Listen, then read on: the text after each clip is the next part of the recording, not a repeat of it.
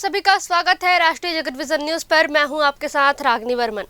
बीजापुर जिले के भोपालपट्टनम थाना क्षेत्र में पुलिस ने बड़ी कार्रवाई करते हुए गौवंश तस्करी के मामले में 9 आरोपियों को गिरफ्तार किया है। आरोपियों के कब्जे से 171 कृषिक पशु, जिनमें गाय, बैल और बछड़े शामिल है, उनको मुक्त कराया गया है। पुलिस के मुताबिक तस्कर उल्लूर घाटी और चिल्ला मरका के जंगल पहाड़ी रास्तों से मावेशियों को हाँकते हुए तेलंगाना की ओर ले जा रहे थे।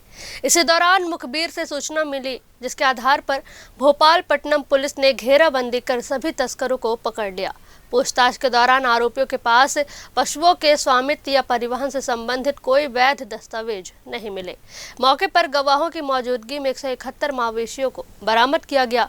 पकड़े गए आरोपियों में तेलंगाना के 3, महाराष्ट्र के 5 और बीजापुर जिले का 1 आरोपी शामिल है।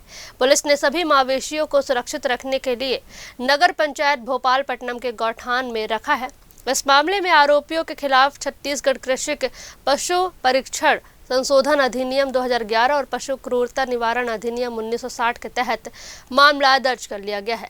सभी आरोपियों को न्यायालय में पेश कर रिमांड पर लिया गया है।